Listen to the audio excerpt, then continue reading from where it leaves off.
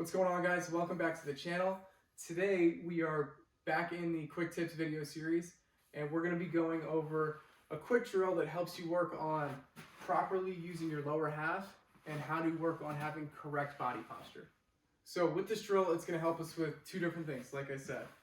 Number one, an issue that we've talked about before of just turning on that back foot and squashing the bug. It's going to help us get rid of that issue.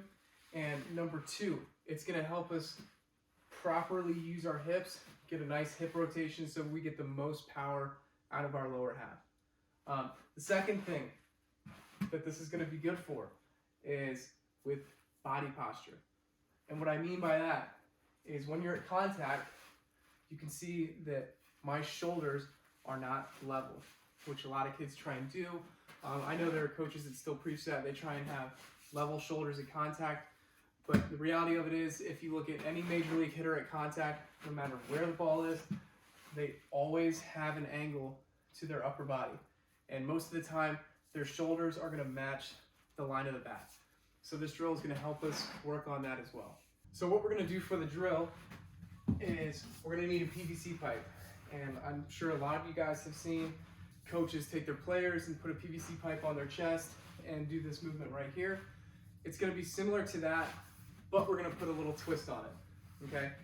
So first thing that we're going to do with this is it is not going to be on our chest. We're actually going to put it at the bottom of our sternum, down here, okay? Second thing that we're going to do is you are going to need a swing path trainer for this. And the reason why is that when you're using this, you actually have a visual for what you want your angle to be at, okay? So when I have the PVC pipe on the bottom of my sternum and I'm going through my movement, I'm trying to match the board. So what we're doing here, and I'll give you guys a couple different angles of this, but we're going to use the mini training ball T-topper and mini training balls, and we're going to set up like normally. We want our front foot lined up with the front leg, and so we're going to take the PVC pipe.